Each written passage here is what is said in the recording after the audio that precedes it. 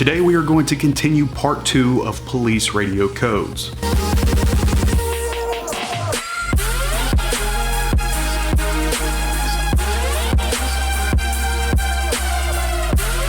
Hey guys, what's going on? I hope you are having a fantastic week so far. So I'm really excited. I'm actually going to Orlando over the weekend, so if I happen to be at a restaurant or something, I will let you guys know. Maybe we could do a little meetup or something. Not guaranteeing anything. I'm actually down there for business, but if I get an opportunity to, I would like to meet some of you. So the response I got from part 1 of this video was very interesting because a lot of you are either police explorers or you're other officers that are watching the channel. And what was really interesting about the responses that I got from you guys was how different the 10 codes are all across the United States. So a lot of you were commenting on, a 1050 means this, a 1015 means this, and it's really interesting to kind of see, how it varies throughout the US. So last time we left off on 1050, which of course is a motor vehicle collision. So again, I'm going to be skipping around. There's a lot that we don't use and there's some that I actually don't know. So I'm just going to skip over those. So if you guys are wondering why didn't he get this one, that's why. So the next one on our list is 1051, which is a wrecker or tow truck. Let's say I respond to a motor vehicle collision and there are 2 vehicles involved, both of which are very heavily damaged to the point where they can't be driven. I would basically ask them if they have a preference in towing company, and if they do not, then I'll just use the next 1051 by rotation. So basically every county in Georgia, as far as I know, has a list of wreckers that have like a contract with the county or city that they work in. So whenever I call for the next rotational 1051, dispatch will go down the list and look at the next one that's to be called. 1052 is an ambulance. We don't really use that one. I'll just say, give me a squad. 1055, drunk driver. We get a lot of bolos for 1055. People all over the county will see somebody swerving and hitting their lanes, and they will call in a 1055 driver. 1056, intoxicated person. 1057 is a hit and run. 1058, traffic control.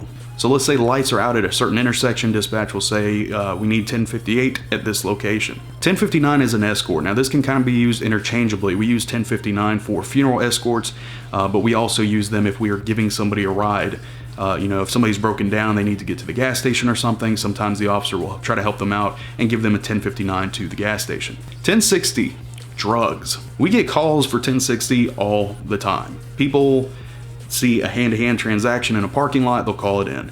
If somebody suspects their neighbor is selling dope out of their house, they will call it in. People are selling 1060 at this residence. Now, most of the time when you get a 1060 call, it's not really something that patrol will handle, because really you can't just pop up in someone's house and be like, y'all got drugs? It doesn't really work like that. And usually if it's a hand-to-hand transaction, by the time we get there 7-10 minutes later, both parties are long gone. 1063 means, are you ready to copy some information down? So if I have some information I'm trying to give to another officer, I'll say 1063 and name a number. 1065 is a sexual assault. A lot of times when we respond to these, they're already at the hospital and we will meet them there, and that's kind of where the case starts. Usually for 1065 calls, we will actually move the traffic to channel 2, which is encrypted.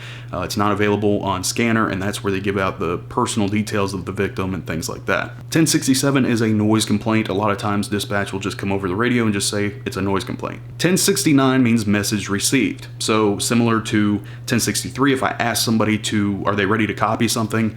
Once they have copied it down, they'll say 1069, I'm clear. Message has been copied. 1070 is a fire, either structure or vehicle. Dispatch will give it out as a 1070 vehicle, fully engulfed, or 1070 structure. 1074 is an interesting code because it just means no. It just means negative. So I don't usually say 1074, I'll just say negative or I'll say no, but some officers use it.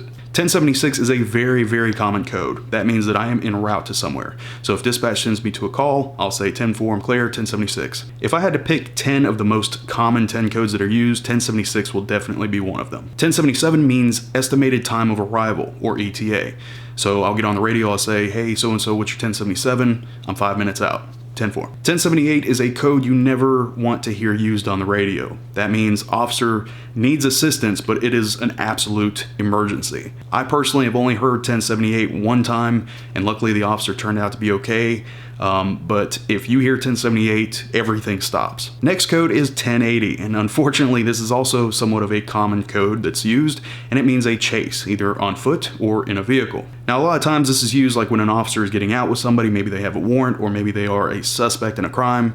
And then the following radio traffic is something along the lines of dispatch 1080 northbound, white male, white shirt, black shorts. Now, the other time this is used is on traffic stops. So let's say you're going to stop a speeder or somebody that ran a stop sign and they decide that they are actually going to speed up. Usually most officers are pretty good about giving people time to find a place to pull over. But if you have passed several exits off the roadway, that's usually when somebody gets on the radio and they'll say, I think this is going to be a 1080. So usually once 1080 is called, that's another call where a lot of things stop because all the officers in the surrounding area are heading to your location. 1081 is a status check. Now, some departments use this very differently.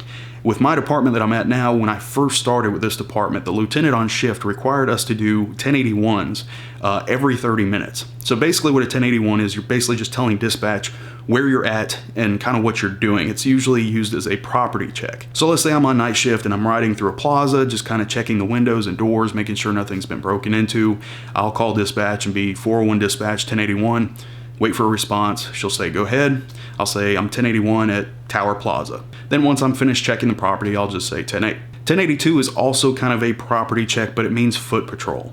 You can use 1082 kind of interchangeably with anything. If you're just deciding to walk a certain area, you just tell dispatch, I'm 1082 out at whatever location. 1088 is a phone number. Then we have 1090. Now a 1090 is either a residential or business alarm. 1092 is a improperly parked vehicle. 1094, as I mentioned in the last video, is reckless driving. Now again, that's usually one that's given out as a BOLO. That's not really one that you use on the radio much. Usually if you see a reckless driver, you just do a regular traffic stop. You don't need to announce on the radio that they were reckless. 1095 is also probably one of the top 10 codes that are used, and it means in custody. So whenever you make an arrest, once those handcuffs go on, you are 1095. So to kind of give you an example, let's put a couple of these 10 codes together that I've given you guys today. Let's say I'm getting out with somebody, and he is suspected of being a shoplifter. So as soon as I get out with him, dispatch, I'll be out with a white male matching the description from the shoplifting earlier, white shirt, black pants. And then he takes off running. 401 dispatch, 1080 north on whatever street, same description. So let's say I catch up to him, pop him with the taser, he falls down, dispatch, taser deployed, get the handcuffs on him, I'm 1095, one white male. 1096 is everybody's favorite code, that is mental issues, and usually that is used as a crazy person. I'm not going to be politically correct about it, that is a mental person. Now a lot of times dispatch will actually flag residences for this too. There's a lot of times you have people with dementia and stuff that hear things in their house that aren't actually there, so dispatch will actually flag that residence as a 1096 person living inside. So she'll give out the call and she'll just say residence has been flagged 1096. 1097 is basically asking to check how your signal is. So if I'm breaking up on the radio, I'll say 1097, people will say you're 101.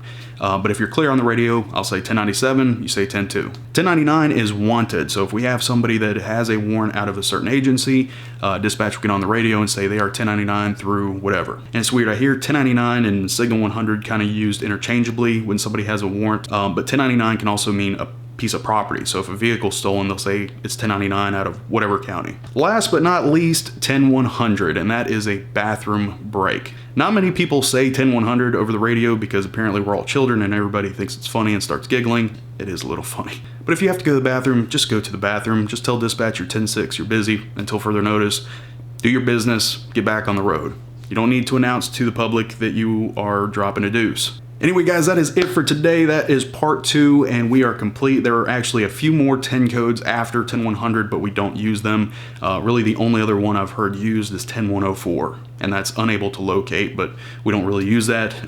Usually we'll use code U. So whenever we clear up, we'll say 108 code U, unfounded, couldn't find whatever you were looking for.